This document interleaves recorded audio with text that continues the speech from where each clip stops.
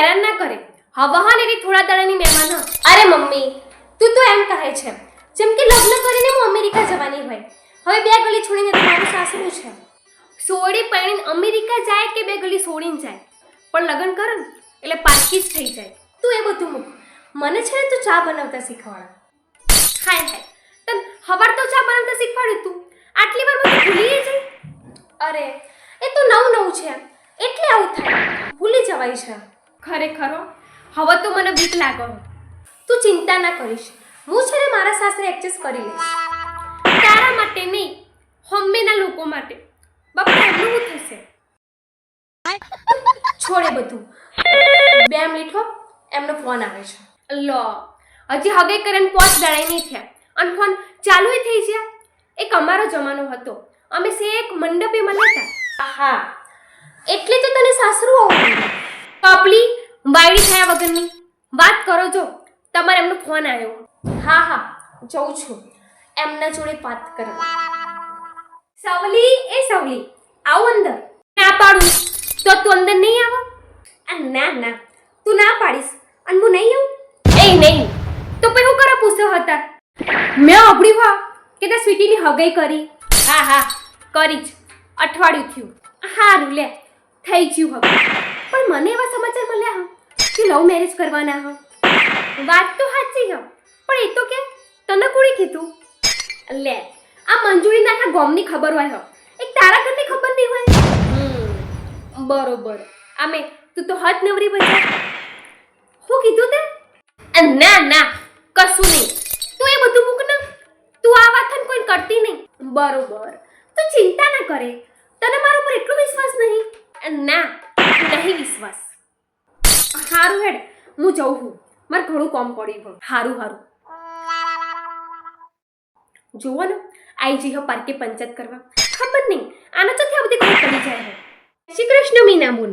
જય શ્રી કૃષ્ણ. જો જ્યાં માર ભાભી તમારા જોડે હકશું? ના, હું તો એકલી હું. તમાર ભાભી તો ઘરે. એમને તો હવે ચોથી ટાઈમ મળે. માર ભાભી એવું તો હું કરે કે એમને ટાઈમ ન મળે? લે, તમને નહીં ખબર તમારી ભત્રીજીની હગાઈ કરી હને?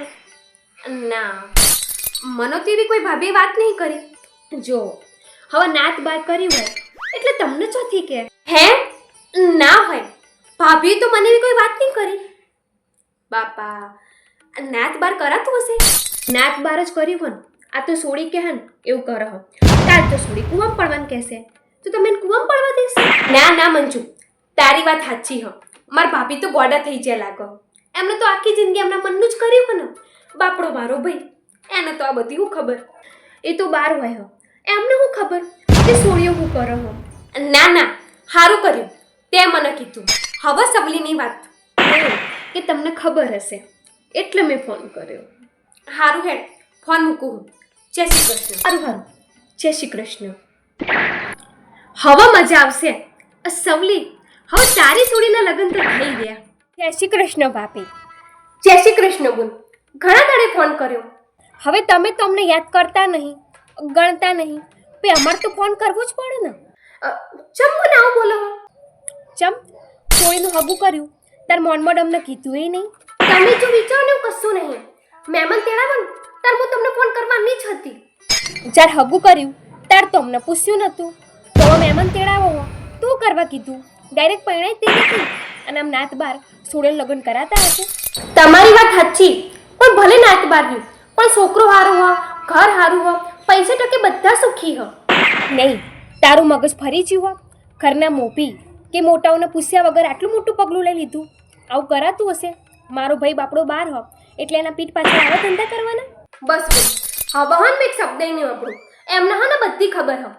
બાપડો મારો ભાઈ ભોળો ભંડાડી, એને હું ખબર? એને તો આખી જિંદગી તારી વાતમાં હામાં હા જ કરી હે ને. તમે હા ને એક શાંતિથી વિચાર કરીને જુઓ.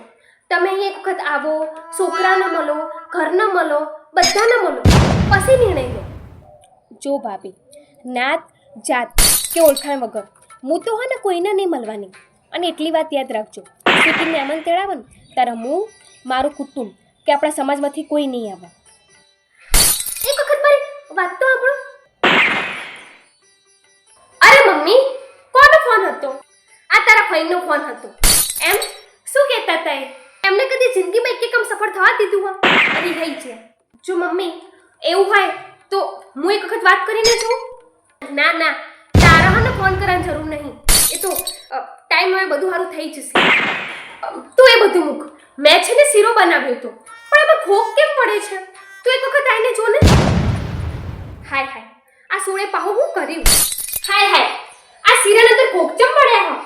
તું મને એમ કહેજે તે કઈ ખાંડ નાખી હતી એની અંદર? મેં તો પેલો પીળો ડબ્બો નતો, એની અંદર જે ખાંડ પડી હતી ને એ જ નાખી હતી. અલી ગોડી, એમાં ખોર નથી, પાવડર પડ્યો હતો. હે? પાવડર? હા, પાવડર. તને પાવડર અને ખોરમાં ખબર નહીં પડતી? પણ મમ્મી, આમ જોવા જઈએ ને તો ભૂલ તારી છે. રસોડામાં થોડો પાવડરનો ડબ્બો મૂકવાનો હોય. બાપા, મેં બહાર મૂકવા માટે ડબ્બો મૂક્યો હતો, પણ મેં મેઘન ભૂલી જઈ. ખરેખર તારું શું થશે આપણે છે? તું બીજો દર પાહી ના આપો. તું ચિંતા ના કરીશ. એ તો છે ને હું ધીરે ધીરે બધું શીખી જઈશ. આ નવું છે ને એટલે આવું થાય. ભલે આજે જે ભૂલ કરી એ કરી, પણ મહેરબાની કરી. કાં મહેમાન આવે તો આવી ભૂલ ના